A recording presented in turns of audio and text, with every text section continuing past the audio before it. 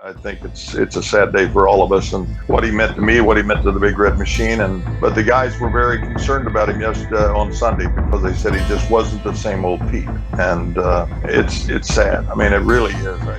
Johnny Bench was never pathetic on a baseball field, but one ugly comment in 2023 showed why greatness never made him easy to like. He is still called the greatest catcher who ever played the game. Yet his story is full of conflict, anger, and pain that followed him long after he took off his mask. To understand why, we have to start with a single sentence he said out loud in front of a room full of people. "I am Mason, and this is Baseball Icons." It happened at a Cincinnati Reds Hall of Fame event in July 2023. Pete Rose was telling an old story. He said the Reds signed him for $400 a month back in the early 60s. Someone in the crowd shouted that the amount was cheap. Gabe Paul's daughter, Jennie Paul, made a short joke back. As this story shows how greatness and ego can live in the same man, tap hype and give this video some hype. Then Johnny Bench said something loud enough for everyone to hear. He said he was Jewish. People in the room laughed, but outside that room, the reaction was very different. The comment spread fast. People were angry because it connected being Jewish with being cheap with money. That is an old and harmful stereotype. It has hurt people for a long, long time. Backlash grew overnight. The next day, Bench apologized. He said his comment was insensitive and wrong. He said it directly to Jennie Paul, the woman whose father the joke was about. Here is the strange part. Jennie Paul later said she never even heard the comment when it happened. She only found out because Bench walked up to her afterward and asked if she was offended. She said she was not angry with him. Her father was Jewish, she explained, but her mother raised her in a different faith. She even said her father's Jewish background may have kept him from ever becoming the commissioner of baseball. Her calm reaction does not erase the anger many people felt. A careless remark is still a careless remark, even when the person closest to it forgives you. The stereotype behind that joke has caused real pain for generations, and that history does not disappear just because one family chose not to hold a grudge. It is worth sitting with that distinction for a moment, because it comes up again and again in Bench's story. Forgiveness from one person in the room does not erase the impact felt by everyone outside of it. So the real question here is bigger than one joke at one event. How does the greatest catcher in baseball history keep ending up in moments like this, over and over, across so many decades? How does a man everyone respects on the field become a man so many people struggle to like off of it? Was 2023 some strange late-life slip, or was it simply the most recent chapter in a much older pattern? To answer that question, we need to go back and look at the player behind the mask, all the way back to where that mask was first built. Johnny Bench is not just called a great catcher. Many baseball experts call him the greatest catcher of all time. That title is not given lightly. In 1968, he won National League Rookie of the Year. Went on to win the National League MVP award twice, once in 1970 and again in 1972. He was the anchor of the Big Red Machine, the powerhouse Cincinnati Reds team that dominated baseball in the 1970s. He helped the Reds win the World Series in both 1975 and 1976. His durability was just as impressive as his talent. Caught at least 100 games a season for 13 straight years. That is an enormous workload for the toughest position on the field. Catchers take foul tips off their bodies. They squat down hundreds of times a game. They absorb collisions at home plate. Bench did this year after year without slowing down, season after season, while carrying the added burden of running an entire pitching staff at the same time. Very few players in the history of the game have ever combined that level of physical punishment with that level of offensive production, which is exactly why his peak still gets discussed with such reverence today. By the end of his career, the numbers were staggering. He finished with 2,048 hits. He hit 389 home runs. He drove in 1,376 runs. He drew 891 walks. His career wins above replacement value sits at 75.1, one of the best marks ever recorded by a catcher. He was selected to 14 All-Star teams. Think about what that means. 14 separate summers, voters and managers looked around the entire National League and decided that no one behind the plate deserved the honor more than Johnny Bench. Very few players in any position sustain that level of respect for so long, and almost no catcher in history has matched it. Most catchers are lucky to have 5 or 6 truly great seasons before their bodies give out. Bench strung together over a decade of them, one after another, while absorbing more physical punishment than almost any other position on the field allows. Bench did not just play the position well, he changed how it was played. Before he came along, most catchers used two hands to receive every pitch, holding their bare throwing hand dangerously close to foul tips and swinging bats. Bench helped popularize a hinged catcher's mitt, and he caught the ball with one hand while keeping his throwing hand safely tucked behind his back. This one small change reduced painful finger injuries that had shortened the careers of countless catchers before him. It also let him get the ball out of his glove and into his throwing hand faster than almost anyone had ever done it. Runners who once took extra bases for granted suddenly had to think twice before testing his arm. Coaches who once treated catcher as a defensive afterthought started to see the position differently because of what Bench proved was possible there. Because of his total command over the pitching staff, teammates nicknamed him the Little General. That nickname captures something important. Bench was not a quiet, easygoing figure in the dugout. He was in charge. He told pitchers what to throw and expected them to listen. That same iron control that made him brilliant on the field is exactly what made him difficult to be around off of it. The general commands respect. A general does not always earn love. Keep that contrast in mind because it will explain almost everything that comes next in his story. Every scene we walk through from here forward, on the field and off it, traces back to that same simple tension between command and connection. Long before he became the Little General, Johnny Bench was a boy in Binger, Oklahoma, a tiny town with only 661 people. He was born on December 7, 1947. His father, Ted Bench, had been a semi-pro catcher himself, but World War II changed his path. Ted joined the military right after the attack on Pearl Harbor, and he served for 8 long years. By the time he came home, he believed he was too old to chase a baseball career of his own. So Ted Bench put that dream into his son instead. When Johnny was only 6 years old, his father started a youth baseball team just for him. Ted told Johnny something simple but important. He said catcher was the clearest path to the major leagues because so few kids wanted to play there. Johnny listened, and he never forgot it.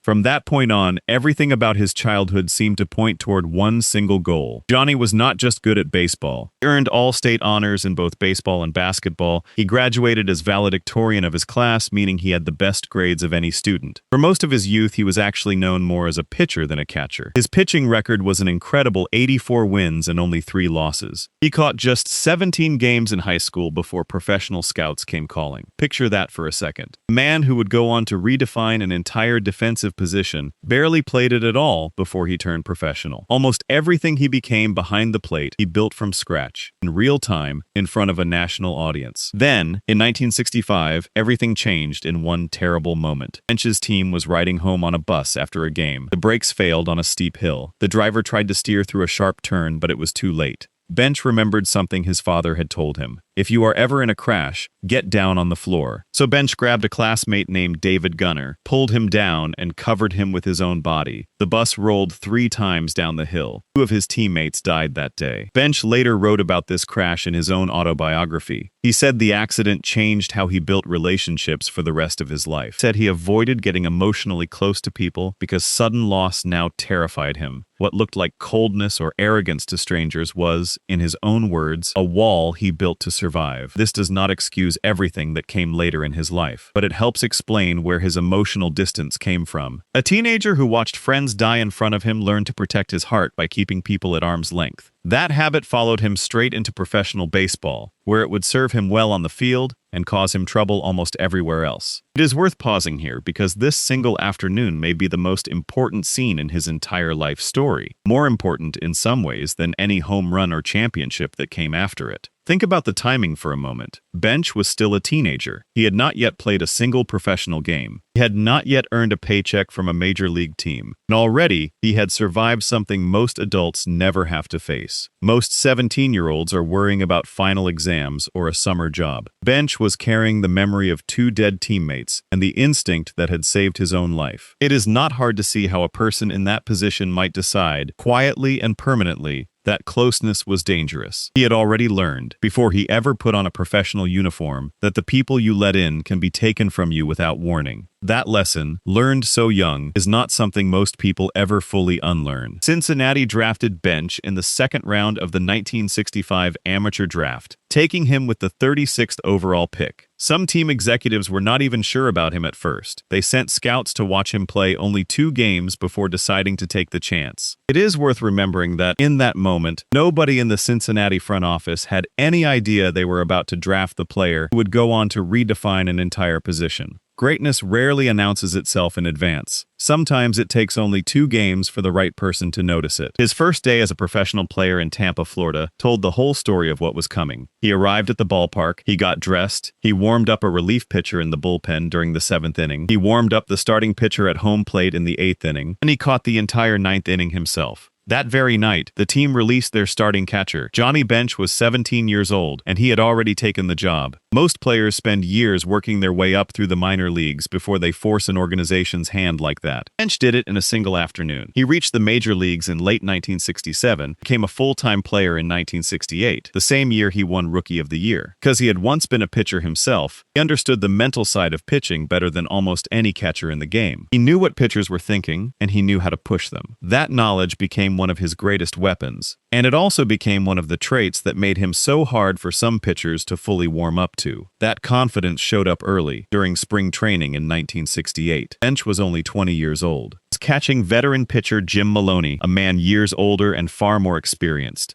Maloney's fastball had lost some of its speed because of injuries, but he kept shaking off Bench's calls, trying to throw fastballs anyway. Bench had seen enough. He walked out to the mound and told him plainly, "Your fastball's not popping." Maloney did not take it well in the moment, fired back angrily. But here is the twist. Years later, Maloney admitted that he actually respected that demanding approach. He said Bench would come out to the mound and treat him like a 2-year-old, but that he liked it anyway. A single moment captures the whole paradox of Johnny Bench. He could be completely right and still make a grown man feel small in front of his teammates. He could genuinely help a pitcher improve, while also embarrassing him at the same time. That is exactly why the nickname Little General fit him so well. Not every pitcher hated being managed this way, but not every pitcher loved it either. And remember, Bench was only 20 years old when this happened, walking out to correct a man who had been pitching in the major leagues since before Bench had even finished high school. It takes a very specific kind of confidence to do that, and it takes a very specific kind of personality to keep doing it for the next 15 years. As Bench's authority grew, Cincinnati clubhouse split into 2 camps. Sports writers at the time described it plainly. There was the Pete Rose side of the room, and there was the Johnny Bench side. Rose represented the blue-collar, hard-nosed style of baseball. He hustled on every play and connected with fans through pure grit. Bench, on the other hand, came across as more polished and more reserved. There were rumors that he wanted to play in a bigger market, somewhere like New York or Los Angeles. He spoke openly about disliking parts of the daily baseball grind that Rose seemed to thrive on. Divide was not just about personality, it was about power. Both men had a real claim to being the true face of the Cincinnati Reds,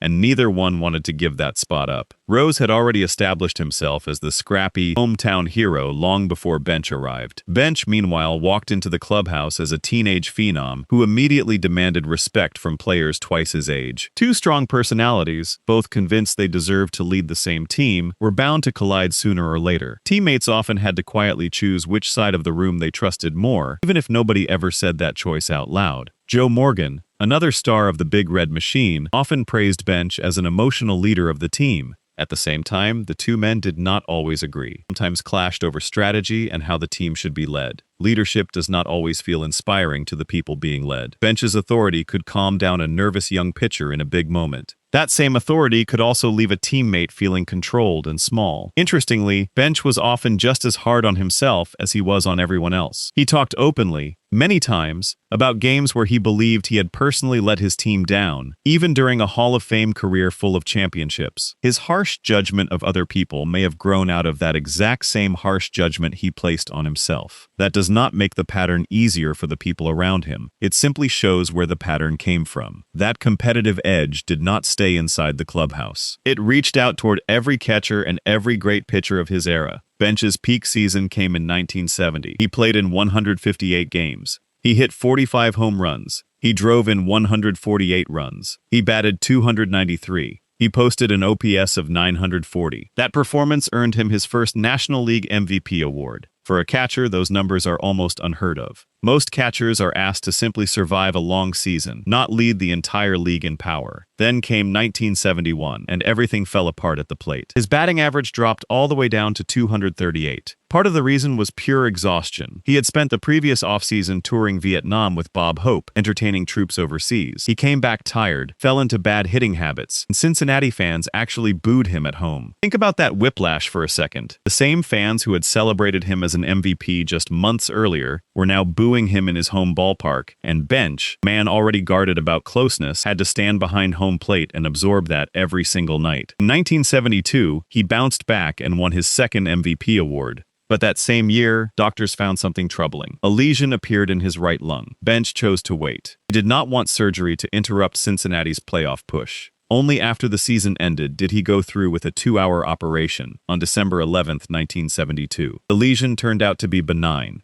meaning it was not cancerous. But the surgery weakened the muscles around his chest, the same area that had powered his early strength behind the plate. He had quietly played through a health scare that would frighten most people into stepping away from the game entirely. He never let it slow down his season. Years of this workload eventually forced a decision. After the 1980 season, Bench told Reds general manager Dick Wagner that he would not catch full-time anymore. He wanted to catch only twice a week going forward. When Wagner pushed back, Bench reminded him bluntly that he had protected the team from a difficult catching problem for 13 straight years. You can look at that moment two different ways. On one hand, his body had absolutely earned that request. 13 years of squatting behind the plate takes a toll no one should ignore. Few players in the history of the sport have absorbed that much physical punishment for that long. On the other hand, it was also just one more example of Bench speaking as if the entire organization had no choice but to follow his lead. He did not ask Wagner for a conversation. He informed him of a decision. That is a small difference in wording. It says a lot about how Bench operated. He moved to first base, hit a strong 341, and then broke his left ankle trying to break up a double play. Even at the tail end of his career, he was still finding ways to help the team win, right up until his body finally stopped him. And sometimes he showed real humility about it. He once said that if he and Mets catcher Jerry Grote had played on the same team, Grote would have kept catching, and Bench would have moved over to third base instead. The biggest catching rivalry the media pushed, though, was between Bench and Yankees catcher Thurman Munson. It reached its peak during the 1976 World Series. Munson had just won the American League MVP award. He hit 529 during that series, an incredible number. Bench answered right back, hitting 533 with 2 home runs. Cincinnati swept the Yankees in 4 games, and Bench took home World Series MVP honors. After the series ended, Reds manager Sparky Anderson was asked to compare the two catchers. His answer became infamous, said nobody should ever be compared to Johnny Bench, and that comparing anyone to him was basically an embarrassment to that other player. Anderson likely meant it as pure praise for his own catcher, but words spoken in one moment of pride can land very differently on the person standing on the other side of them. Munson felt humiliated by the comment, especially coming right after a series where he had personally hit over 500. Anderson later regretted how it sounded, and he personally wrote Munson a letter to apologize during the offseason. Bench himself never asked for the comparison. It was made for him by someone else in a moment of celebration. But once said, it could not be unsaid, and Munson carried that sting for a long time. It is a strange kind of consequence. Bench did not say a word in that moment, and still, his name became the reason another great player felt small on the biggest stage in baseball. Several other legends of the era crossed paths with Bench. Their stories deserve a quick look, counting down from the last name to the first, before we get to the one rivalry that never really faded away. Number 7 is Reggie Jackson. He and Bench spent years debating, through the media, who truly belonged among the greatest players of their generation. Even with all that public back and forth, men respected each other's achievements. Neither ever seemed to need the other's approval, just the other's acknowledgement. Number 6 is Nolan Ryan. Ryan respected Bench as a hitter, and he genuinely enjoyed the challenge of trying to strike him out. Their matchups were pure competition, nothing personal, the kind of pitcher versus hitter showdown that fans across the league paid to watch. Number 5 is Bob Gibson. Gibson admired how tough Bench was in the batter's box, but that respect never softened his approach. He pitched Bench the same intimidating way he pitched every other dangerous hitter in the league. Because Gibson never believed in giving anybody an easier at-bat, no matter who was standing 60 feet away from him. Number 4 is Tom Seaver. His rivalry with Bench came from facing off in high-pressure National League games for years. It was built on elite competition, not personal dislike. 2 future Hall of Famers pushing each other to be sharper every single time they met. Number 3 is Steve Carlton. Carlton respected Bench's raw power at the plate, but he still attacked him aggressively on the mound, refusing to treat him like an untouchable superstar, the same way he refused to back down from any hitter who could hurt him. Number 2 is Carlton Fisk. Fisk defended his own place in catching history, and he had every right to, but nothing he said ever tried to erase what Bench had accomplished in the game, and the two men's names remain linked more by admiration than by any real animosity. Number 1 is Joe Morgan. As we already touched on, Morgan praised Bench as a true emotional leader of the Big Red Machine, even during the moments when the two men strongly disagreed over strategy. Of everyone on this list, Morgan probably knew the real Bench best, having shared a clubhouse and a dynasty with him for years, which makes his mixed verdict carry extra weight. The point of looking at all 7 of these names together is simple. Most of the legends who played against Johnny Bench, or beside him, did not hate him. They challenged him. They competed with him. Some pushed him, some admired him, and some did both at the same time. That makes the deeper personal conflicts in his life stand out even more, because those conflicts were not about competition at all. They were personal, and they happened with the people who were supposed to be closest to him, not the ones trying to strike him out or beat him on the field. No conflict in Johnny Bench's life ran longer or cut deeper than his feud with Pete Rose. Broadcaster Al Michaels once said plainly that the two men were never close friends, not even close. Instead, they were locked in a quiet, ongoing struggle over who was really Cincinnati's top dog. Two men, two very different styles, sharing the same clubhouse in the same city for over a decade, each one certain that he was the one truly carrying the team. The tension boiled over in 1989. That January, Bench was elected into the Baseball Hall of Fame in his very first year of eligibility, the ultimate honor for any player. It should have been the crowning moment of his entire career, the one week where the whole baseball world stopped to celebrate him alone. But his celebration got buried under an avalanche of news about Pete Rose. That August, Rose was banned from Major League Baseball for life after an investigation found he had gambled on baseball games while managing the Reds. Bench felt his own Hall of Fame moment had been stolen from him by his old teammate's scandal, and that feeling never fully went away. Imagine waiting your whole career for that single phone call, only to spend your induction month answering questions about somebody else's scandal instead of your own achievement. In 1995, the two men aired their grievances publicly, trading insults during separate radio interviews. Bench argued that Rose should stay permanently locked out of the Hall of Fame because gambling broke the sport's most sacred rule. Rose fired back, calling Bench jealous, accusing him of speaking from pure ignorance. Neither man backed down, and the exchange only confirmed what fans had long suspected. The friendship these two had once shared as teammates had curdled into something closer to open resentment. In 2000, the feud reached Bench's own career in broadcasting. He resigned from his radio show with longtime partner Marty Brennaman. Brennaman had used his own Hall of Fame induction speech to publicly support Rose's return to baseball. Bench had specifically warned him ahead of time not to make Rose a major part of that speech. When Brennaman did it anyway, Bench quit their show for good. It is a striking detail. Bench was willing to walk away from a program he co-hosted for years, simply because his broadcast partner would not stay quiet about a man Bench believed did not deserve the sport's forgiveness. In 2010, something surprising happened. Rose arranged a private meeting with Bench. He apologized for how the 1989 scandal had overshadowed Bench's induction week. The two men hugged, and for a moment, the decades-old feud seemed to finally be over. That peace did not last. In 2017, Bench once again spoke out against Rose returning to the Hall of Fame. This time, he also referenced what he called Rose's other problem. This was a reference to allegations that had surfaced in a defamation case. Allegations claiming Rose had a relationship with an underage teenager back in the 1970s. It is important to be clear that these remain allegations, not proven facts. In 2019, Rose struck back hard during a national interview. He said Bench should be thanking him, not criticizing him, because Rose had spent his career getting on base in front of Bench, giving him chances to drive in runs. Rose claimed Bench never would have made the Hall of Fame without him. Let's look at the numbers side by side, just once. Bench made 14 All-Star teams, won 2 MVP awards, collected 2,048 hits, hit 389 home runs, drove in 1,376 runs, drew 891 walks, and finished with a career wins above replacement of 75.1. Rose made 17 All-Star teams, won 1 MVP award, racked up an astonishing 4,256 hits, hit 160 home runs, drove in 1,314 runs, drew 1,566 walks, and finished with 79.6 wins above replacement. It is true that Rose's ability to reach base constantly helped the hitters batting behind him, including Bench. But it is simply not reasonable to argue that Bench's own Hall of Fame case depended on Rose. Bench's defensive value alone, built across a legendary catching career, stands entirely on its own, and no amount of run production from someone else at the top of a lineup can substitute for that.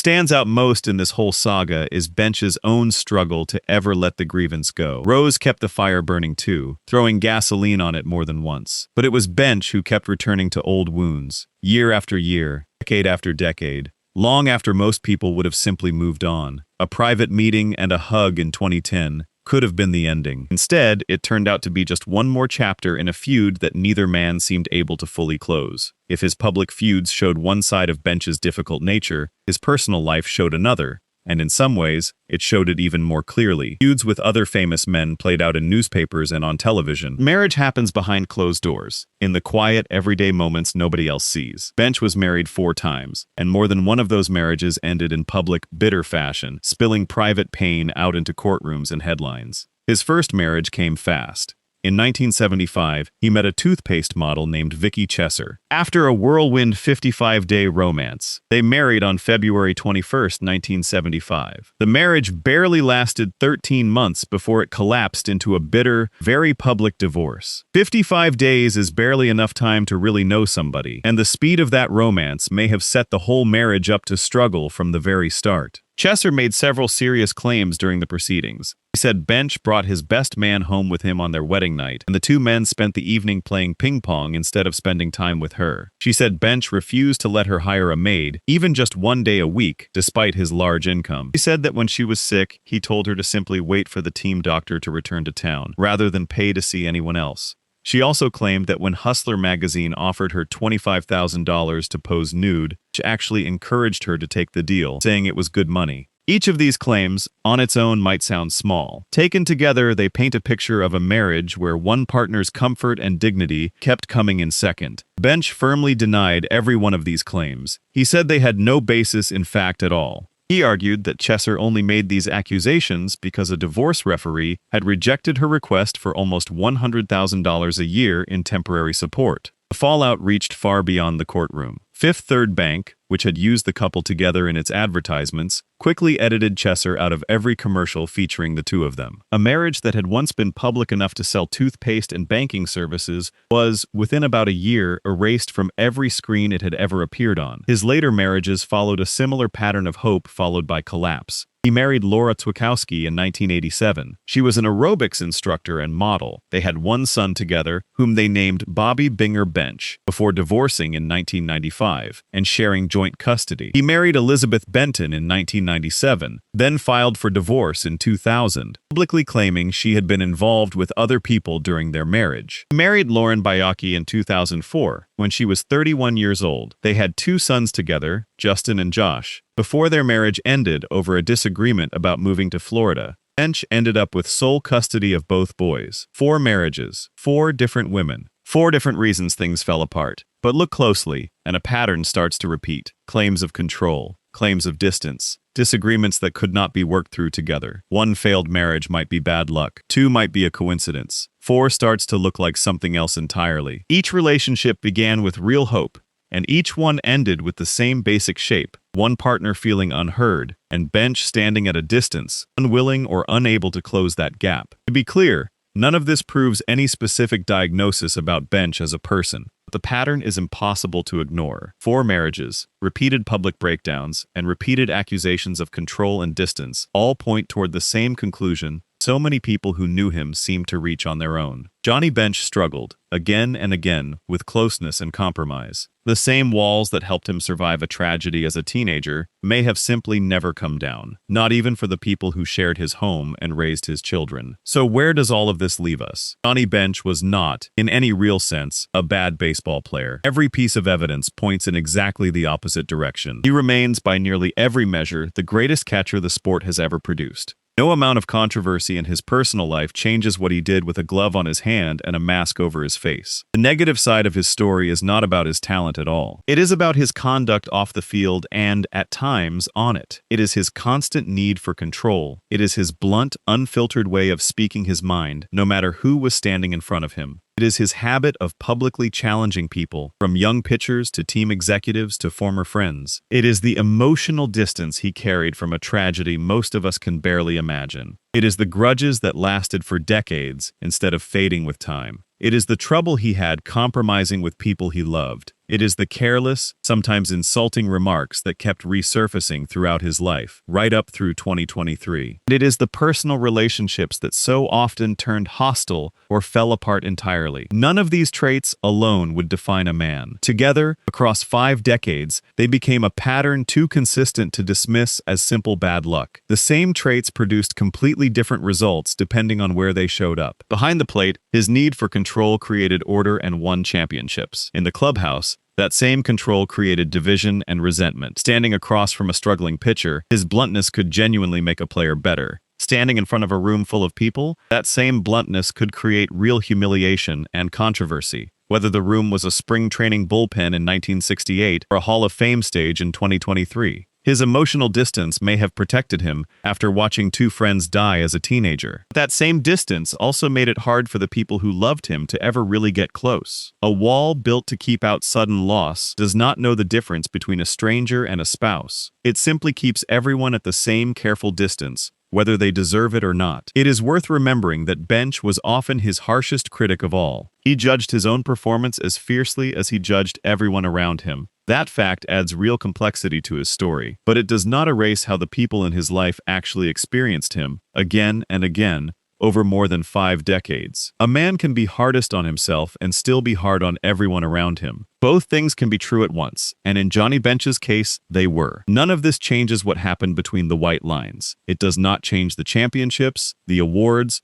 or the way an entire generation of catchers learned to play the position by watching him do it first. It simply reminds us that greatness and difficulty are not opposites. Sometimes they grow from the exact same root, planted decades earlier on a hillside in Oklahoma, long before anyone ever called him the Little General. Johnny Bench never asked to be simple. His story never really allows it. He built a wall as a teenager to survive something no one should have to survive. That same wall helped him become the most dominant force behind home plate the sport has ever seen. It also cost him friendships, marriages, years of peace with the very people who were supposed to be closest to him. Both of those things happened to the same man, in the same lifetime, and pretending otherwise would only tell half the story. The mask may have hidden a difficult man, but it also belonged to the greatest catcher baseball had ever seen.